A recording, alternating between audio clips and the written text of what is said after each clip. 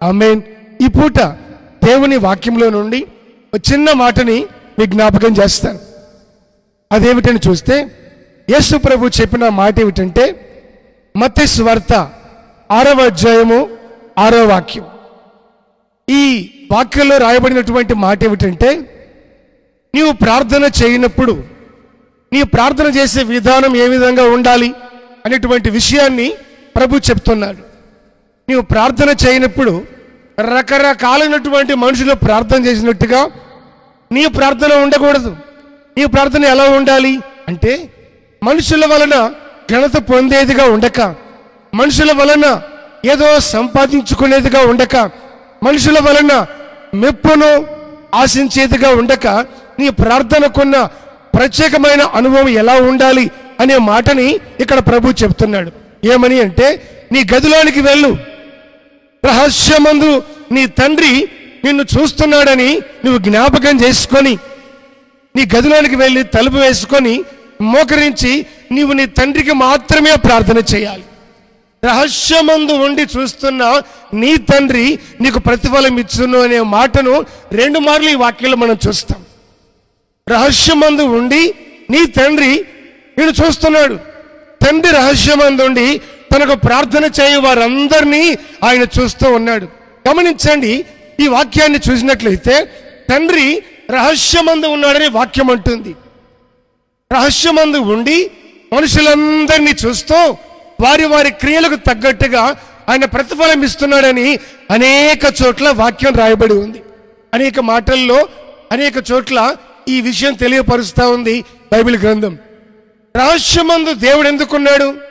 రహస్యమందు ఉండి ఆయన ప్రతిఫలం ఇస్తున్నాడు. ఎందుకని?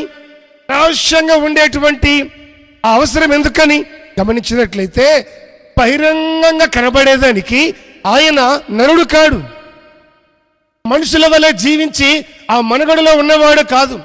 ఆయన మహిమ కలిగిన దేవుడు. నీతి, యథార్థత, సత్యము, న్యాయము ఆయన నివాసానికి స్తంభములై ఉన్నాయి. వాటితో కూడా ఉండే దేవుడు ఆయన. వెలుగై ఉన్న దేవుడు. అంధకారములో నివాసం ఉండేందుకు కోరుకునేవాడు కాదు. రహస్యమందుండి అంటే మనుషులకు దేవునితో ఉన్నటువంటి ఆ సహవాసం పరిపూర్ణమైనది కాదు కనుక, మనుషులు దేవుని వంటి యథార్థమైన క్రియలు కలిగినటువంటి వారు కారు గనుక, దేవుడు మనుషులకు మరుగైపోయాడు కనుక ఆయన మనుషులకు రహస్యంగా ఉన్నట్టుగా కనబడుతూ ఉన్నాడు. ఏది ఏమైనా ఆయన ఎక్కడ ఉన్నా తనకు ప్రార్థించే ప్రతి వారికి ఆయన ఏం చేస్తున్నాడు అని వాక్యం అడిగితే వాక్యం అంటుంది, ఆయన రహస్యమందున్నటువంటి తండ్రి నీ ప్రార్థనను బట్టి, నీ క్రియలను బట్టి, నీ నీతిని బట్టి ఆయన నీకో ప్రతిఫలం ఇస్తాడని వాక్యం అంటుంది. కనుక నా ప్రియమైన దేవుని ప్రియులారా, ఈ మాటలు వింటున్నటువంటి నీవు ఒకవేళ ప్రతిఫలమే పొందలేదని బాధపడితే, ప్రతిఫలమే నీకు రాలేదని, నీవు ఆశించింది పొందలేదని దుఃఖపడితే, ఇకనైనా మనుషులను చూసే అనుభవాన్ని విడిచిపెట్టి రహస్యమందున్నటువంటి దేవుడు నిన్ను చూస్తున్నాడని, నీ ప్రార్థనకు నిశ్చయముగా ఆయన ప్రతిఫలం ఇస్తాడని నువ్వు ఎరిగిన వ్యక్తివిగా నిన్ను నీవు నూతనపరుచుకొని నీ గదిలోనికి వెళ్ళి తలుపు వేసుకొని, అంటే మనుషులకు కనబడేటట్టుగా, మనుషులకు వినబడేటట్టుగా, మనుషుల వలన మెప్పు పొందాలి, అబ్బా వీళ్ళు ఇంత ప్రార్థన చేస్తున్నారా అన్నట్టుగా నీవు ఉండక, నీకు ఒక ప్రత్యేకమైన అనుభవాన్ని ప్రభువు కలగజేయాలని కోరి ఆయన అంటున్నాడు, రహస్యమందునటువంటి తండ్రికి మాత్రమే నీ నీతి, నీ భక్తి, నీ ప్రార్థన ఆయన కనబడాలి. అప్పుడు ఆయన నీకు తగినట్లుగా ప్రతిఫలం ఇస్తాడు. Praise the Lord. గమనించండి, కొన్ని సందర్భాలలో, కొన్ని సమయాల్లో, కొన్ని కాదు చాలా సందర్భాల్లో అనే చెప్పాలి, మనుషులు మనకు తగ్గట్టుగా ప్రతిఫలం ఇవ్వకపోవచ్చు. కష్టపడ్డ వాడికి కష్టపడినంత దానికి తగ్గట్టుగా ప్రతిఫలం రాకపోవచ్చు, ఆశించినంత ప్రతిఫలము రాకపోవచ్చు, కష్టానికి తగిన జీతము రాకపోవచ్చు, విత్తనం వేస్తే దానికి తగినటువంటి పంట కష్టార్జితము రాకపోవచ్చు. ఏ విషయంలో నీకు తగినటువంటి ప్రతిఫలము ఎక్కడి నుంచైనా, మనుషుల నుంచైనా నీకు రాకపోయినా, రహస్యమందుండి చూస్తున్న దేవుడికి ప్రార్థించే వ్యక్తిగా నీవు ఎప్పుడైతే ఉంటావో ఆయన దగ్గర నుండి నీకు రావాల్సిన ప్రతిఫలాన్ని నీవు తప్పక పొంది తీరతావు. ఆమేన్. పొంది తీరుతావు, ఇది నిశ్చయం. కనుక నా ప్రియమైన దేవుని ప్రియులారా, దేవుని యొక్క వాక్యాన్ని బట్టి మన వ్యక్తిగత జీవితంలో దేవుడు ఆయన సన్నిధిలో ప్రార్థించే ప్రతి ఒక్కరికి కూడా ఆయన ఏం చేస్తాడు అంటే ప్రతిఫలాన్ని ఇచ్చే దేవుడై ఉన్నాడు. ఇందులో గురించి కొన్ని మాటలు ఈ పూట దేవుని వాక్యంలో నుండి మీకు జ్ఞాపకం చేస్తాను. అదేమిటి అని గమనించి చూసినట్లయితే దేవుని యొక్క వాక్యం ఉంటుంది, రోమ పత్రిక 11వ అధ్యాయము 35వ వాక్యం. ఇక్కడ రాసినటువంటి మాట ఏమిటంటే, ముందుగా దేవునికిచ్చి ఆయన దగ్గర నుండి ప్రతిఫలము పొందగలిగిన వాడెవడు అంటుంది. ముందుగా దేవునికిచ్చి ఆయన దగ్గర ప్రతిఫలాన్ని పొందగలిగిన వాడెవడు అంటే, నీ ఆత్మీయ జీవితంలో నీవు దేవుడి దగ్గర నుండి ప్రతిఫలం పొందాలంటే నువ్వు ఏదైనా ముందుగా ఆయనకి ఇవ్వాలి. నువ్వు ఏదైనా ముందుగా దేవునికి ఎప్పుడైతే ఇస్తావో, దేవుడికి ఇచ్చినటువంటి నీవు ఆయన దగ్గర నుండి ప్రతిఫలాన్ని పొందుతావు. మనుషులైతే నీవు పొందదగిన ప్రతిఫలానికి తగ్గట్టుగా పొందవలసినంత ప్రతిఫలం న్యాయంగా నీకు ఇవ్వకపోవచ్చు. నీకు రావాల్సింది అంత కాదు, ఇంతే అనొచ్చు, ఇంతకంటే తక్కువే అనొచ్చు, అసలు నీకు ఇవ్వవలసిన అవసరమే లేదనొచ్చు. కానీ దేవుడి దగ్గర నీవు ఆయనకి ఏదైతే ఇస్తావో ఆయనకిచ్చి నీవు న్యాయముగా ప్రతిఫలాన్ని పొందాలని వాక్యం అంటుంది. ముందుగా దేవుడికిచ్చి ఆయన దగ్గర ప్రతిఫలాన్ని పొందగలిగినటువంటి వాడేవాడు అంటే, నీవు దేవుడి దగ్గర ప్రతిఫలాన్ని పొందాలంటే ఏదైనా నీవు ఆయనకి ఇవ్వాలి. ప్రార్థించే జీవితం నీకుందా? వాక్యాన్ని చదివి ధ్యానించే అనుభవం నీకుందా? ఇతరులతో నీవు మాదిరిగా, క్రీస్తుకు మాదిరిగా వాక్యానుసారంగా నడుచుకునే అనుభవాన్ని నీకుందా? ఇవన్నీ కూడా ఆయనకి ఇవ్వదగినటువంటి అనుభవాలలో ఉన్నటువంటి విషయాలే ఇవన్నీ కూడా. కనుక క్రీస్తుకు మాదిరిగా, సాక్షిగా, ఆత్మీయతను పంచే వ్యక్తివిగా, ఇతరులను ధైర్యపరిచే వ్యక్తివిగా, బలహీనులైన వారిని నీవు ఆదుకునే వ్యక్తివిగా, నీ వ్యక్తిగత జీవితంలో ఏ ఏ విషయాల్లో అయితే నీవు ఒక మాదిరి అనుభవాన్ని కనబరుస్తున్నావో వీటన్నిటిని చెప్పాలి అంటే ఇవి దేవుడికి ఇచ్చినటువంటి విషయాలే అని చెప్పాలి. కనుక వాక్యం అంటుంది, ముందుగా ఆయనకిచ్చి ఆయన దగ్గర నుండి ప్రతిఫలాన్ని పొందదగిన వాడేవాడు. ఇందును గురించి మరొక మాట చదివితే యోబు గ్రంథము 41వ అధ్యాయము 11వ వాక్యంలో రాసినటువంటి మాట ఏమిటంటే, నేను తిరిగి ఇయ్యవలసి ఉన్నట్లు ఎవడైనానో ఏమైనానో ఎప్పుడైనా నాకు ఇచ్చాడా అని దేవుడే అడుగుతున్నాడు. నేను తిరిగి ఇవ్వవలసి ఉండనట్లుగా, నేను తిరిగి మరలా ఇచ్చేటట్టుగా ఎవరైనా ఎప్పుడైనా నాకేమైనా ఇచ్చారా? ఎవరైనా నాకు ఏదైనా ఇస్తే నేను తిరిగి ఇస్తాను. కనుకనే నీ ఆత్మీయ జీవితంలో దేవుడికి ఇవ్వగలిగిన అనుభవం అనేది నీకు కావాలి. వాక్యం అంటుంది, నా కుమారుడా నీ హృదయాన్ని నాకిమ్ము. Praise the lord. నీ మనస్సును నాకివ్వు, నీ అంతరంగానే నాకివ్వు, నీ తలంపుల్లో నన్ను నిలుపుకో అంటే దేవుని వాక్యాన్ని నీ తలంపుల్లో, నీ నోట, నీ హృదయంలో నీ యొద్ద ఉండనివ్వమని, నీ వాసం ఉండినట్లుగా నీవు కాపాడుకోమని వాక్యం అంటుంది. కనుక ఎవరైనా నాకు ఏదైనా ఇస్తే నేను తిరిగి ఇస్తాను. దేవునికి ఒక వ్యక్తి ఏ చిన్న విషయమైనా ఎప్పుడైనా ఏదైనా ఇవ్వగలిగితే తిరిగి వానికి 1000 రెట్లు తిరిగి ఇవ్వగలిగిన వాడు ప్రభువైన యేసుక్రీస్తు. అందుకే వాక్యం అంటుంది, అడిగితే ఇస్తాను, ఇవ్వడి మీకు ఇవ్వబడును. నీళ్లు పోయేవానికి తిరిగి మరలా నీళ్లు పోయబడును. ఎవడు ఏది విత్తుతాడో తిరిగి మరలా నా దగ్గర నుండి అదే కోసుకుంటాడు.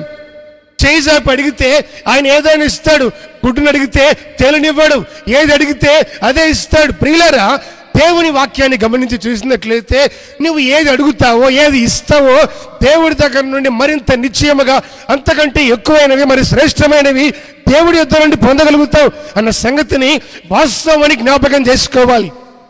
కనుక వాక్యం అంటుంది, ముందుగా నాకు ఇచ్చి ఎవరు నా దగ్గర నుంచి తీసుకుంటున్నారు? నేను తిరిగి ఇవ్వవలసి ఉన్నట్లుగా ఎవరు నాకు ఇచ్చారు? కనుక ఇకనైనా దేవుడికి ఇచ్చే అనుభవం నీకు లేకపోతే ఇకనైనా ఇవ్వగలిగిన మనసు కలిగిన వ్యక్తివిగా నీవు ఉండాలి. ఏమి ఇవ్వాలి? నీ హృదయాన్ని ఆయనకి ఇమ్ము. నీ హృదయాన్ని ఆయనకి ఇచ్చినట్లయితే ఆయన హృదయం నీతో ఉంటుంది, నీ మనసు ఆయనతో ఉంటుంది.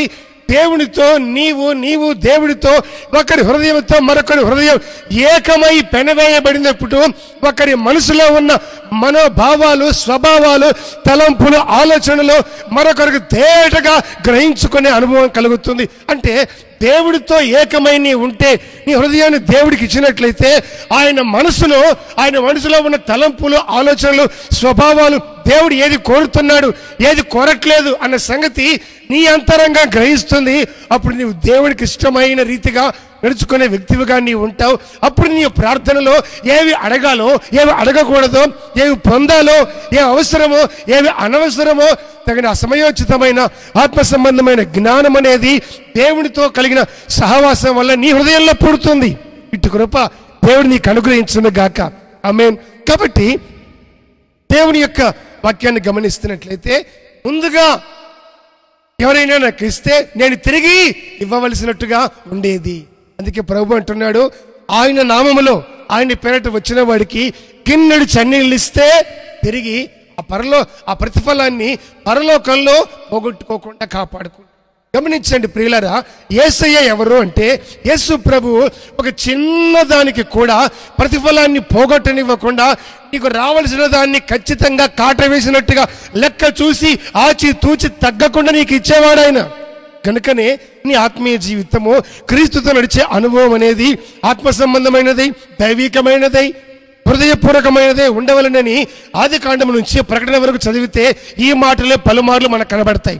కనుక నీ వ్యక్తిగత ఆత్మ సంబంధమైన అనుభవాలన్నీ కూడా దేవుడితో కలిసి కొనసాగేవిగా ఉండాలని దేవుని యొక్క వాక్యము కోరుకుంటుంది. మీకు మరొక మాటని మీకు జ్ఞాపకం చేస్తాను. అదేమిటి అని గమనించి చూసినట్లయితే, యెహోషువ మృతి పొందిన తర్వాత ఇశ్రాయేలు ప్రజలకు దేవుడు ఆ కనాను ప్రాంతాన్ని, ఆ దేశం అంతటిని స్వాస్థ్యంగా ఇస్తానని చెప్పాడు.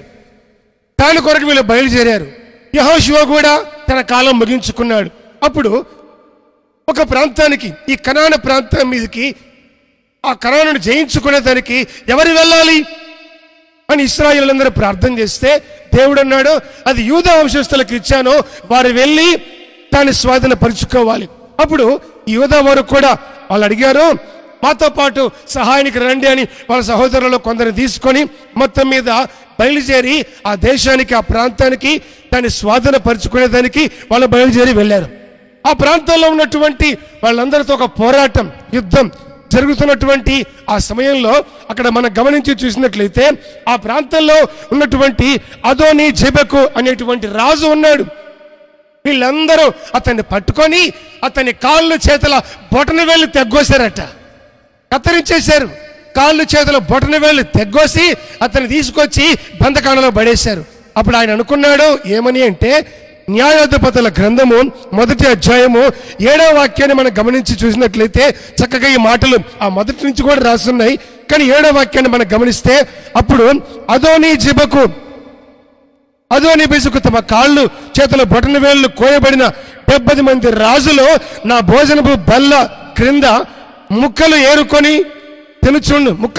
చూడరి, నేను చేసినట్లే దేవుడు నాకు ప్రతిఫలం ఇచ్చాను అని చెప్పి వారు ఆయనకు చేసిన దాన్ని బట్టి ఆయన ఇతరులకు చేసిన దానిని జ్ఞాపకం చేసుకున్నట్టుగా వాక్యాన్ని మనము గమనించి చూస్తూ ఉన్నాం. ఈ అదోని బెజెకునేటువంటి రాజు 70 మంది రాజులను పట్టుకొని వాళ్ళ కాళ్ళు చేతుల బొటన వేళ్ళు కత్తిరించి ఆయన భోజనం చేసే బల్ల దగ్గర కుక్కల్లాగా పడేశాడు. రాజుల వాళ్ళు, రాజ్యాలను ఏలిన వాళ్ళు. కానీ వారి పైన యుద్ధం చేసి వారిని గెలిచి జయించి వారిని చెరపట్టి తీసుకొని వచ్చి తన భోజనపు బల్ల దగ్గర తింటుంటే కింద పడి ఏరుకొని తినే కుక్కల లాంటి జీవితాన్ని వాళ్ళకి ఇచ్చాడు. కాలం గడిచిపోతా ఉంది. కానీ ఈ ఇశ్రాయేలు ప్రజలు కనానును జయించేదానికి వాళ్ళు వెళ్ళినప్పుడు దేవుడు వారందరినీ వీళ్ళకి అప్పగిచ్చాడు. వీళ్ళు అతన్ని పట్టుకొని అతని కాళ్ళు చేతుల బొటన వేళ్ళు కోసేసి అతను తీసుకొని వచ్చి చెరలో బంధించినప్పుడు అతను అనుకుంటున్నాడు ఏమని అంటే, నేను ఏ విధంగా చేశానో 70 మంది రాజులకు కాళ్ళు చేతుల బొటన వేళ్ళు కత్తిరించి నా భోజనము బల్ల దగ్గర కుక్కలాగా పడి ఉండేటట్టుగా నేను ఎలా చేశానో, నేను చేసినట్టే దేవుడు నాకు ప్రతిఫలం ఇచ్చాను అని ఆ వ్యక్తి మాట్లాడుతాడు. ప్రియులారా గమనించండి, ఎవరైనా మోసం చేస్తే, ఎవడైనా అన్యాయం చేస్తే, ఎవడైనా అక్రమంగా ప్రవర్తిస్తే, దూషించి నోరు పారేసుకొని దూషణ మాటలే పలికిన, నీ మీద వ్యర్థమైన నేరాలే మోపిన, లేదా నీ ఆస్తిని, నీ స్వాస్థ్యాన్ని, నీ ఇండ్లను, స్థలాలను, పొలాలను, డబ్బులు ఏది తీసుకున్నా, ఏది లాగినా, ఏ విషయంలో నిన్ను ద్రోహం చేసి మోసం చేసి పడగొట్టినా, అధికారులే అందుకు సహకరించిన, ఎటువంటి పరిస్థితుల్లో ఉన్నా దేవుని వాక్యం అంటుంది ఆయన నీతిని నీతిగాను, న్యాయాన్ని న్యాయముగాను ఆయన వేరు చేసి మాట్లాడే దేవుడు.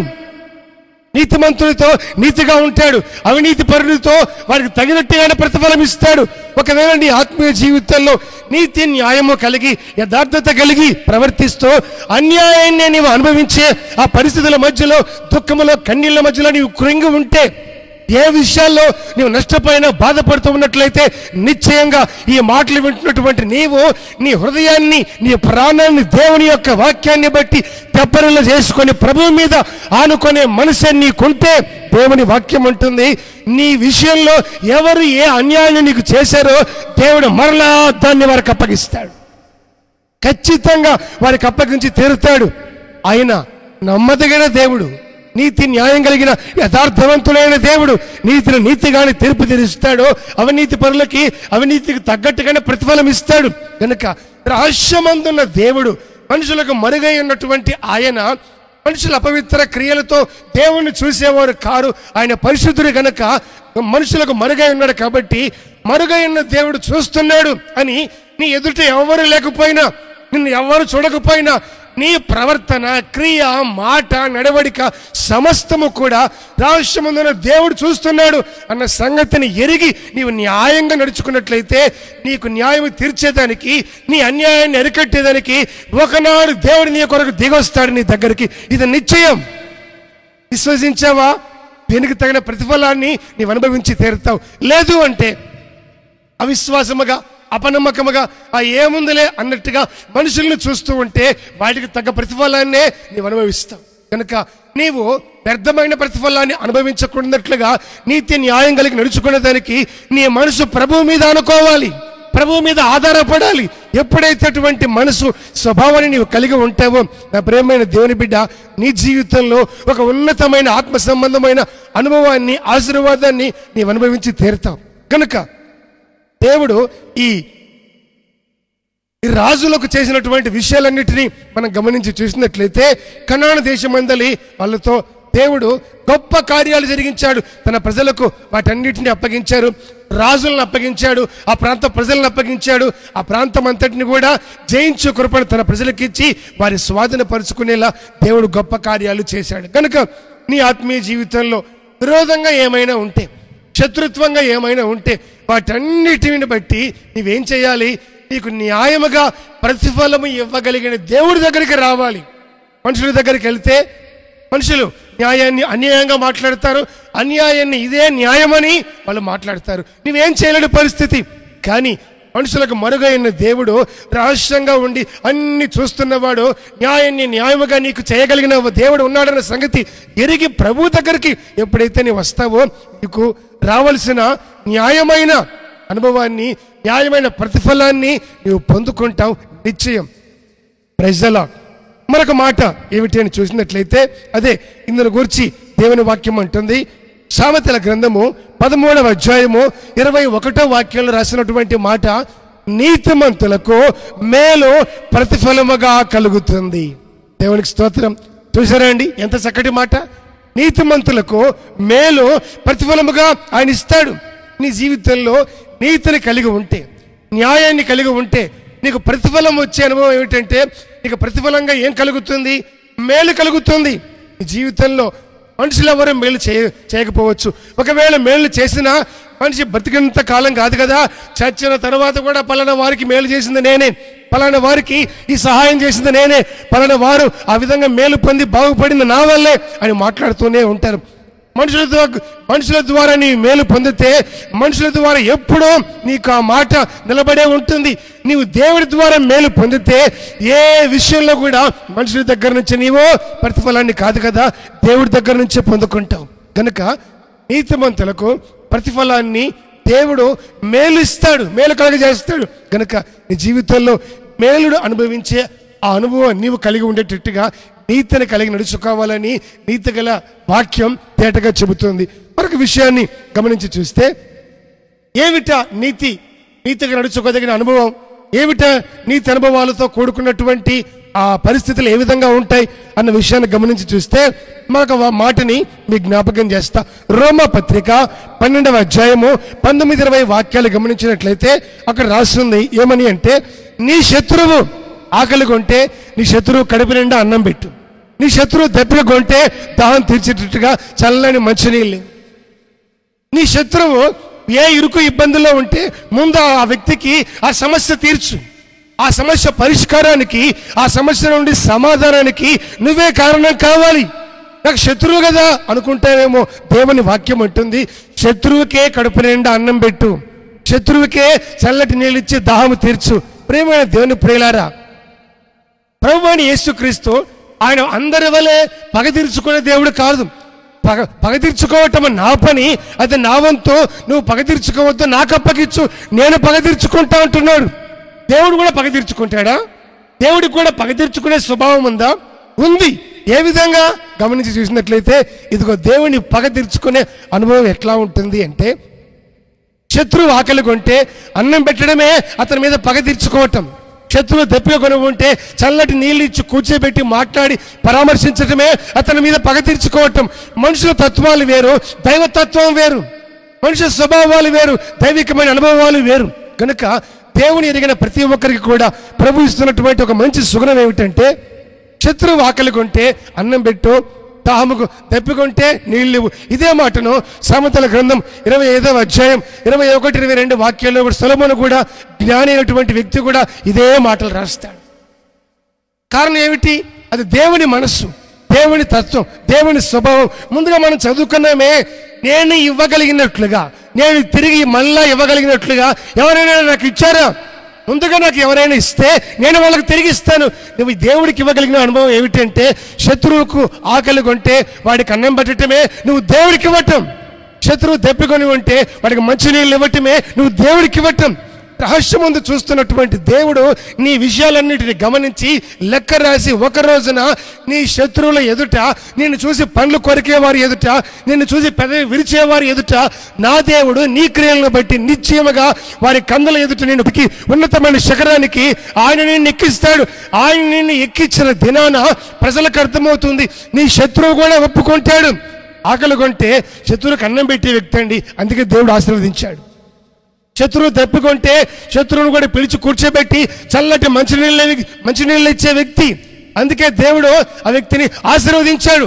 అని నిన్ను గూర్చి నీ శత్రువులు వారి నోట ఒక మంచి మాట ఉండేటట్లుగా నీవు దేవుని వాక్యాన్ని అనుసరించి నడుచుకోవటం అనేది నీ జీవితంలో అవసరం. కనుక నా ప్రియమైన దేవుని ప్రియులారా, దేవుని యొక్క వాక్యం తేటగా చెబుతున్నటువంటి మాట ఏమిటంటే, నీవు గదిలోనికి వెళ్ళి రహస్యమందుండి చూస్తున్న నీ తండ్రికి నీవు ప్రార్థన చేస్తే ఆయన నీకు ప్రతిఫలం ఇస్తాడు. ప్రతిఫలం ఇవ్వగలిగిన దేవుడు కనుక ఆయనకు ప్రతిఫలం ఇస్తాడు. ఆయనకు నీవు ప్రార్థించు, ఆయనకు నీవు ఇవ్వు, ఆయనకు మొరపెట్టు. నీ హృదయాన్ని ఆయనకి ఇవ్వాలి, నీ హృదయాన్ని దేవుడికి ఇవ్వాలి. దేవుడికి నీ హృదయాన్ని ఇచ్చినప్పుడు, దేవుడిని వెంబడించే మనసు కలిగినప్పుడు ఆయన దేవుని యొక్క మనసును, అంటే తనలో ఉన్న స్వభావాన్ని ఆయన హృదయంలో కలగజేస్తాడు. అప్పుడు దేవుడి మనసు ఎరిగి నీవు నడుచుకుంటావు. రెండవదిగా, పోరాటాల్లో, యుద్ధం లాంటి పరిస్థితుల్లో దేవుని చిత్తాన్ని కనిపెట్టి ప్రార్థించి నీవు ముందుకు వెళ్ళినట్లయితే శత్రువు ఎంతటి గొప్పవాడైనా వాడిని నీకు లోబడేటట్లుగా నీ చేతికి అప్పగిస్తాడు. ఆయన అంటున్నాడు తేటగా ఏమని అని మనం గమనించి చూసినట్లయితే, అదోని బెజకు రాజైనటువంటి అతను మాట్లాడుతున్నాడు, నేను ఏది చేశానో నేను చేసిన దాన్ని బట్టే దేవుడు ఇప్పుడు నాకు ప్రతిఫలం ఇచ్చాడు. నువ్వేం చేసావు నాయనా అని అతను అడిగితే, 70 మంది రాజుల కాళ్ళు చేతుల బొటన వేళ్ళు తెగ్గోసి నా భోజనము బల్ల దగ్గర నేను తిని కింద బారవేస్తే ఏరుకొని తిరిగే కుక్క లాంటి బ్రతుకు వాళ్ళకు బతికేటట్లుగా చేశా. అదే గతి ఇప్పుడు నాకు పట్టింది. చూసారా? గమనించండి, ఎవరు ఎంత కీడు చేసినా, నీవు ఎంతమందికి ఎంత మంచి చేసినా, ఒకవేళ నీవు బాధని, ఇబ్బందిని, కీడుని ఎదుర్కొంటే తొందరపడద్దు. జరిగేదానికి కాస్త సమయం పడుతుంది. కాస్త ఓపిక కలిగి ఉంటే, మొన్నటి రోజున ఒక కుటుంబం, ఒక తల్లి నాతో అంటుంది, ఇంత అన్యాయం జరుగుతుందన్న, ఎంత ప్రార్థన చేస్తున్నాం, ఎందుకని దేవుడు మమ్మల్ని జ్ఞాపకం చేసుకోవట్లేదు, ఎందుకని దేవుడు మాకు న్యాయం తెరచట్లేదు. ఒక వ్యక్తి వచ్చాడు, వారితో బాగా కుటుంబ సభ్యుల కంటే రక్త సంబంధుల కంటే ఎక్కువ సన్నిహితంగా ఉన్నాడు. వాళ్ళకి ఎప్పుడు అవసరమైతే అప్పుడు ఎంత డబ్బు కావాలంటే డబ్బు ఇచ్చాడు. తిరిగి మరలా అతనికి ఇచ్చారు. నమ్మకం కుదిరించిన తర్వాత ఒక 5 లక్షల పైన డబ్బు తీసుకున్నాడు. కంటి కనపడకుండా వెళ్ళిపోయాడు. అడిగితే బెదిరిస్తున్నాడు. ఏ రాతల పోతలేమీ లేవు, నమ్మకం సంపాదించుకున్నాడు, తీసుకున్నాడు, అయిపోయింది. అడిగితే మీరే నా దగ్గర తీసుకున్నాడని తిరిగి మరలా వాళ్ళ మీద కేసు పెట్టాడు, తన వీళ్ళకి డబ్బు ఇచ్చినట్లుగా. కానీ కన్నీళ్లు కార్చి ప్రార్థన చేస్తూ వాళ్ళు అన్నమాట ఏమిటంటే, దేవుడు చూస్తున్నాడు కదా, వాక్యం చెప్తున్నారు కదా, మేము వింటున్నాం కదా, ఎందుకని దేవుడు తీర్పు తీర్చట్లేదు? అప్పటికప్పుడే జరిగిపోవాలి అని మనుషులు కోరుకుంటారు. ఇంత అన్యాయం జరుగుతున్నా ఎందుకంటే దేవుడు జ్ఞాపకం చేసుకోవట్లేదు, ఇంత ఘోరంగా ఉన్నా ఎందుకంటే దేవుడు తీర్పు తీర్చట్లేదు అంటే, మనకు ఏ రవ్వంత కష్టమైనా, కంట్లో నలసంత ఇబ్బంది అయినా దాన్ని వెంటనే పరిగెత్తుకుంటూ వచ్చి దేవుడు సహాయం చేసేయాలి. అది మానవ నైజం. మనుషులందరూ అలాగే కోరుకుంటారు. మీకు విషయం చెప్తాను చూడండి. ఎందుకని యథార్థవంతులకైనా న్యాయంగా బ్రతికిన వాళ్ళకైనా అన్యాయం అనుభవిస్తున్నప్పటికీ వెంటనే ఎందుకు కార్యాలు జరగవు అంటే, దేవుడు దీర్ఘశాంతం కలిగిన వాడు. Praise the Lord. మనం ఆరాధించే దేవుడు సర్వశక్తిమంతుడు, ప్రభువైన యేసుక్రీస్తు మనిషి వాళ్ళు తొందరపడేవాడు కాదు. మనిషి వాళ్ళు తొందరపడి ఏం చేద్దామని పరిగెత్తి అడావుడిగా చేసేవాడు కాదు. ఆయన దీర్ఘశాంతం కలిగిన వాడు, శత్రువు ప్రేమించేవాడు. కనుకనే శత్రువు కూడా వాడు మారు మనసు పొందుకుంటాడేమో, నమ్మకస్తునిగా మారతాడేమో అని ఘోరమైన పరిస్థితుల్లో ఉండి కూడా శత్రువు క్షేమాన్ని మేలు కోరి మనకి సమయం ఇస్తాడు. కాస్త ఓపిక పట్టాలి, ఆలోచించాలి, కాస్త ఆగాలి. ఇచ్చిన సమయానికి కూడా వాడు మారు మనసు పొందలేదా? రహస్యమందు ఉన్నటువంటి చూసే దేవుడి దగ్గర నుంచి రావద్దనుకున్నా వాడి దగ్గరికి తిరుపు రానే వస్తుంది. ఇలాగా నీవేం చేయాలి? వాడి శత్రువు అని తెలిసినా కాస్త వాడి కడుపు నింపాలి. వాడు దుర్మార్గుడని తెలిసినా, నీకు విరోధంగా ప్రవర్తిస్తున్నాడని తెలిసినా వాడికి చల్లటి మంచినీళ్ళు ఇచ్చి వాడి క్షేమాన్ని కోరాలి. అదే నువ్వు తీర్చుకునే పగ. దేవుడు చెప్పినటువంటి గొప్ప మాట అదే. వాడు మారు మనసు పొందాడా సరే, లేదా ఒక రోజున వాని క్రియలకు తగిన ప్రతిఫలాన్ని ఇచ్చుటకు ఆయన సిద్ధపరిచిన ప్రతిఫలం ఆయన దగ్గర ఉందన్న సంగతి మొదట ఈ మాటలు వింటున్న నీవు గ్రహించుకోవాలి. ఎప్పుడైతే ఈ మాట గ్రహిస్తావో తొందరపడవు, ఆవేశపడవు, పరిగెత్తవు, ఏదేదో కావాలనుకో. కనుక నా ప్రియులారా, దేవుడి వాక్యాన్ని బట్టి ఈ మాటలు వింటున్న నీ జీవితంలో కాస్త నెమ్మది, సమాధానము, అనుకోగలిగిన అనుభవాలు నీవు కలిగి ఉన్నట్టయితే నీ వ్యక్తిగత అనుభవంలో, నీ కుటుంబ పరంగా ఎటువంటి నిందలు, అవమానాలు, కలవరాలు, కన్నీళ్లు, కష్టాలు, బాధలు ఎటువంటివి భరించినా సరే దేవుడు నిన్ను చూస్తున్నాడని, ఆయన ప్రతిదానికి లెక్క రాస్తూ ఉన్నాడని, మారు మనసు పొందకపోతే ఆయన ప్రతిఫలం ఇస్తాడని, పగ తీర్చుకోవటం కూడా ఆయన వంతని, అది ఎలాంటిది?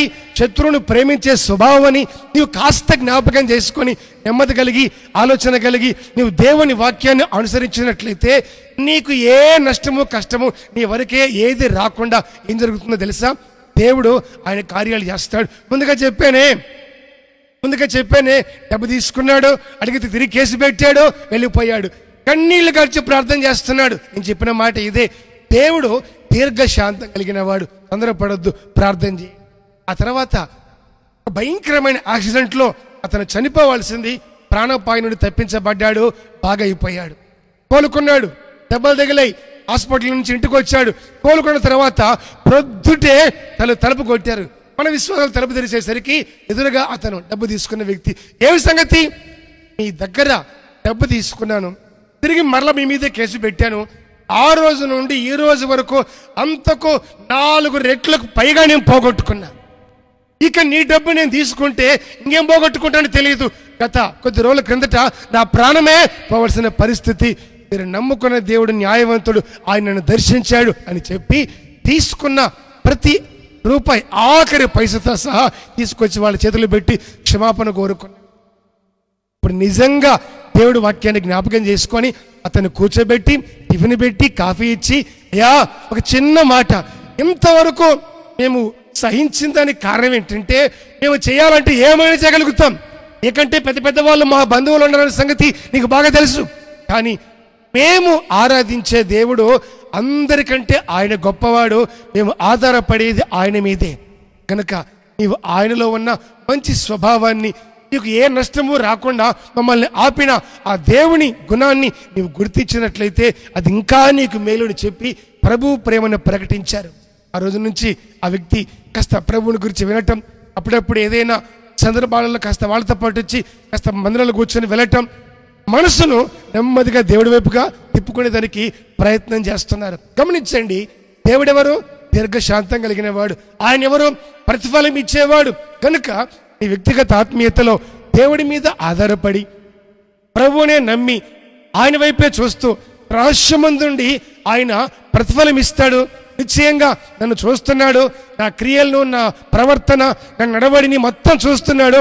ఒక రోజున నాకు తగిన న్యాయాన్ని ఆయన చేస్తాడనే మంచి మనసు నీకుందా? నువ్వు ఏ విషయంలో కంగారు పడద్దు, తొందరపడద్దు. ఒకవేళ విరోధులు లాంటి పరిస్థితులే అటువంటి వారు నీ జీవితంలో నీ ఎదుట ఉంటే వారి క్షేమాన్ని కోరుకో, వారి మేలు కోరుకో, వారి క్షేమం కోసం ప్రార్థించు. ప్రభు నిశ్చయంగా నిన్ను జ్ఞాపకం చేసుకొని నీ ప్రార్థనను బట్టి నీ విషయమై గొప్ప కార్యాలు చేసేదానికి ప్రభు సిద్ధంగా ఉన్నాడు. కనుక ప్రియులారా, ప్రభు అక్కడ సమీపిస్తూ ఉంది. మన జీవితంలో ఇంకా ఈ ఈర్ష్య ద్వేషాలకు, పగ ప్రతీకారాలకు చోటిచ్చి మన విలువైన జీవితాన్ని, క్రీస్తు మనస్సును కలిగి ఉండవలసిన మనం, క్రీస్తు సారూప్యంలోకి రావాల్సిన మనం నష్టపోయేటువంటి అనుభవాలన్నింటినీ విడిచిపెట్టి ఆయనను మాదిరిగా పెట్టుకొని, ఆయన గురిగా పెట్టుకొని ఆయన వైపే ప్రయాణం చేయగలిగితే దేవుని వాక్యం అంటుంది, నిశ్చయంగా నీవు కృపను పొందుతావు, ఆశీర్వాదకరంగా ఉంటావు, మేలున్న ప్రతిఫలంగా అనుభవిస్తావు. ఇటు మేలు నా దేవుడిని నీకు ధారాళంగా దయచేయును గాక. ఆమేన్. కాబట్టి ప్రియులారా, నాతో కూడా ప్రార్థనలో ఏకీభవించి మీరు ప్రార్థనలో పాలు పొందినట్లయితే ఈ సమయంలో మీ కొరకు ఒక చిన్న ప్రార్థన చేయబోతున్నాను. నిశ్చయంగా దేవుడు నిన్ను ఆశీర్వదించి నిన్ను కృపతో నింపి నీ సమస్యల నుంచి నీకు ఒక గొప్ప విడుదల కలగజేసి ఆయన నామానికి మహిమకరంగా నేను సాక్షిగా నిలబెట్టబోతున్నాడు. ప్రతిఫలము సమృద్ధిగా నీకో ఇవ్వబోతున్నాడు. Praise the Lord. తలలు వంచండి, కళ్ళు మూసి నాతో కూడా ప్రార్థనలో ఏకీభవించండి. ప్రేమ కలిగిన మా తండ్రి, పరిశుద్ధుడా మీకు స్తోత్రం చెల్లిస్తున్నాం. ఈ సమయంలో ఈ మాటలు విన్న ప్రతి ఒక్కరి గురించి ప్రార్థిస్తూ ఉన్నాం. కృపతో నింపండి, బలపరచండి, స్థిరపరచండి. ఘనమైన బలమైన మీ నామానికి మహిమ కలిగినట్లుగా ప్రభువా ఈ కార్యక్రమాన్ని చూస్తున్న ప్రతి ఒక్కరిని ఆశీర్వదించి దీవించమని వేడుకుంటూ ఉన్నాం. ఎందు నిమిత్తమై ఈ సమయంలో అమూల్యమైనటువంటి మీ వర్తమానం మీ బిడ్డలకు అనుగ్రహించారు. వారి పరిస్థితిని తేటగా చూస్తున్న దేవుడిగా మీరు ఉన్నందుకై స్తోత్రాలు చెల్లిస్తున్నాం. కృపలో భద్రపరచండి. రహస్యమందున్నటువంటి తండ్రి మీకు ప్రతిఫలం ఇచ్చిన గనక నీవు ప్రార్థన చేయనప్పుడు గదిలోనికి వెళ్ళి తలుపు వేసి ఆయనకు ప్రార్థన చేయమని లేఖనము చెప్పినట్లుగా ఈ మాటలు విన్న ప్రతి ఒక్కరి జీవితం మనుషుల వల్ల పొందే ప్రతిఫలం కోసం ప్రయాసపడక రహస్యమందుని చూస్తున్న మీ కొరకే మీ వైపే చూస్తూ మీరు ఇచ్చే ప్రతిఫలం కోసం ఆశించి ఎదురు చూసి కృప నిమ్మని వేడుకుంటున్నాము తండ్రి. అయ్యా, ముందుగా ఎవరైనా నాకు ఇచ్చాడా, నేను తిరిగి ఇచ్చినట్లుగా ముందుగా నాకు ఎవరైనా ఇచ్చారా అని చెప్పి లేఖనము చెప్పినట్లుగా మీ బిడ్డలు వారి హృదయాన్ని మీకు ఇచ్చినట్లుగా సమృద్ధి కృపనిమ్మని వేడుకుంటున్నాం. ప్రతి వారి హృదయాన్ని మీరు పట్టుకోండి. ప్రతి అంతరంగం వల్ల మీ వాక్యాన్ని స్థిరపరచండి. ప్రతి ఆటంకాన్ని తొలగించి ప్రభా ప్రతి హృదయం మీ మీద ఆనుకొని చేయమని వేడుకుంటున్నాం. విరోధమైన ప్రతి స్వభావాన్ని, బలహీనమైనటువంటి ప్రతి స్వభావాన్ని యేసు నామములో విడుదల కలగజేసి సమృద్ధి అన్న కృపనిచ్చి ఆశీర్వదించి దీవించి శత్రువును ప్రేమించే మంచి స్వభావాన్ని కలగజేసి తండ్రి ఘనమైన కార్యాలు జరిగించమని వేడుకుంటున్నాం.